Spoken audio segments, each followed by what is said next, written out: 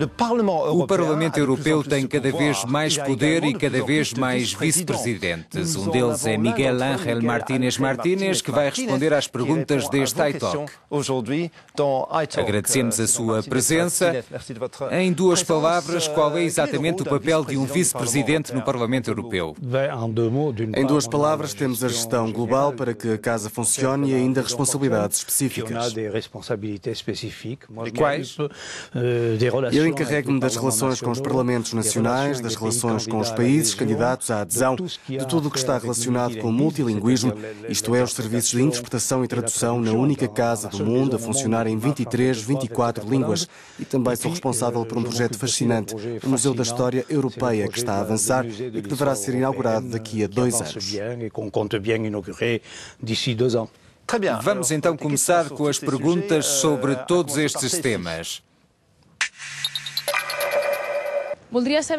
Gostaria de conhecer a sua reação às palavras do comissário Almunia sobre o processo de independência da Catalunha, apontando que não se pode afirmar taxativamente que uma declaração de independência significaria a exclusão da União Europeia.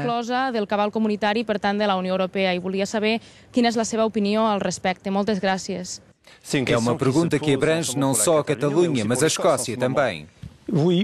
Sim, de qualquer forma a resposta é simples, ou seja, se um novo Estado surge no contexto europeu, um novo Estado que por definição não é membro, porque há uma cisão, é automaticamente um Estado terceiro.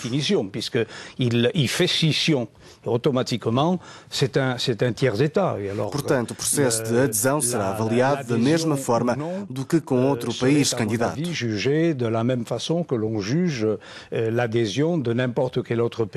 Essa é uma das minhas funções. Um país chamado Escócia ou Catalunha tem de passar exatamente pelos mesmos trâmites que uma Turquia ou que outros países enfrentam neste momento.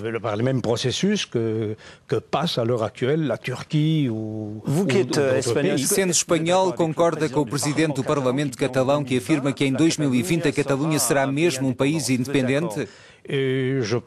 Não podemos excluir nenhum cenário, mas não acredito que seja o caso. Da maneira como as coisas estão, a Catalunha deve poder pronunciar-se sobre o novo estatuto, mas a Espanha também. Já houve alturas em que pensei, e se houvesse um referendo na Catalunha e a maioria dissesse não, e um referendo a nível nacional e o resultado fosse sim, que saiam de uma vez por todas. Por isso, não há aqui dados adquiridos.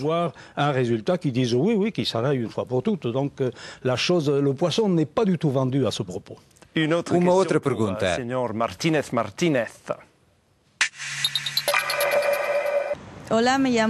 Chamo-me Sara, sou do País Basco. A pergunta é, por que é que não se dá mais importância a línguas minoritárias como o euskera, por exemplo? Mais países, mais línguas, tudo isto pode ser difícil de gerir. Temos 23 línguas, somos a única instituição no mundo a trabalhar com 23 línguas oficiais e vamos chegar às 24 dentro de algumas semanas, quando a Croácia se tornar membro de pleno direito da União Europeia. O Estatuto das Línguas ditas minoritárias pode aplicar-se a mais de 60 línguas. E é aí que as coisas se complicam. Qual é a definição de língua minoritária? Minoritária é uma língua que também é oficial num dado território, onde uma outra língua é considerada a língua oficial de toda a comunidade. Há regiões que podem ter uma língua, mas que não é a única oficial, porque essas regiões estão inseridas num país.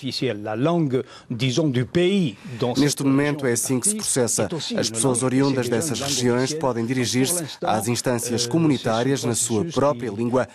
Já avançamos até aí e por agora é suficiente e razoável.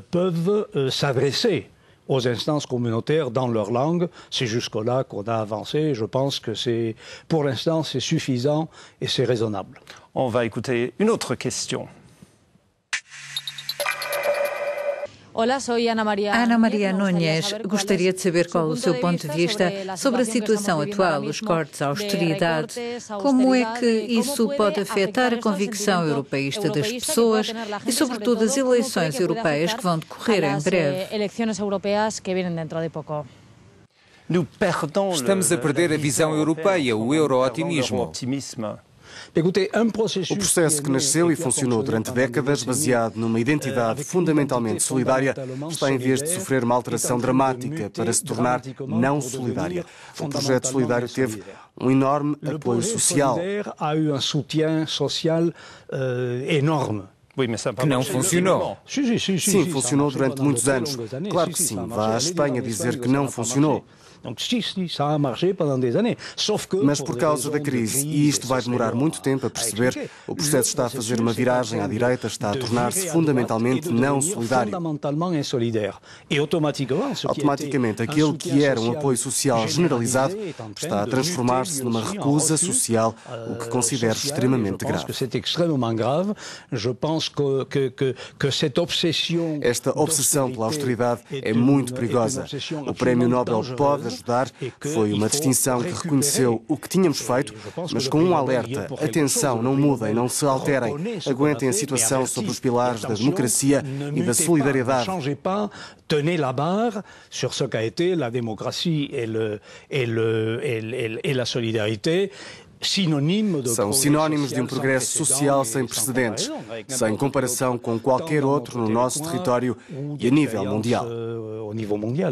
Une autre question dans iTalk.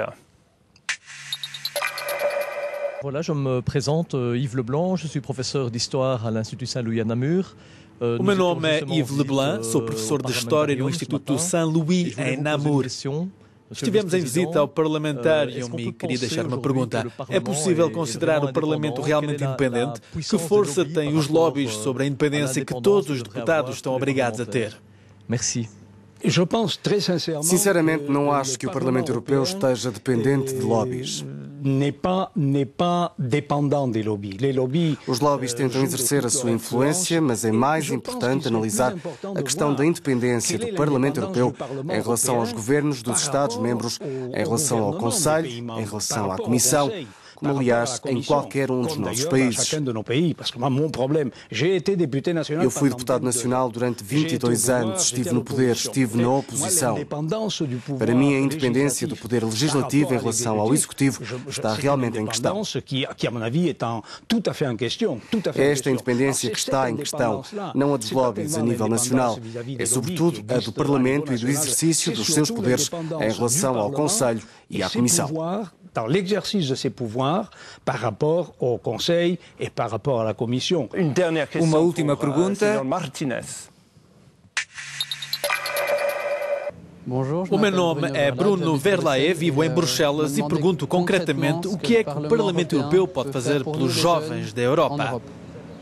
Uma grande pergunta, uma pequena resposta. É uma questão complicada. Aquilo que podemos fazer é, antes de mais, salientar que a Europa nunca se encontrou desta forma e que os jovens enfrentam sérios problemas que já foram infinitamente mais graves. É um discurso que também dirige aos jovens espanhóis? Aos jovens espanhóis, digo-lhes, eram precisamente os jovens que morriam nas guerras que havia entre os países membros, o que já é alguma coisa. Durante 20 séculos eram jovens que eram sacrificados nos conflitos entre vizinhos por motivos que não eram os seus. Por isso é preciso compreender a realidade inerente a este processo e é preciso, sobretudo, dar-lhes oportunidades para participar nas decisões políticas para que compreendam os fundamentos da democracia.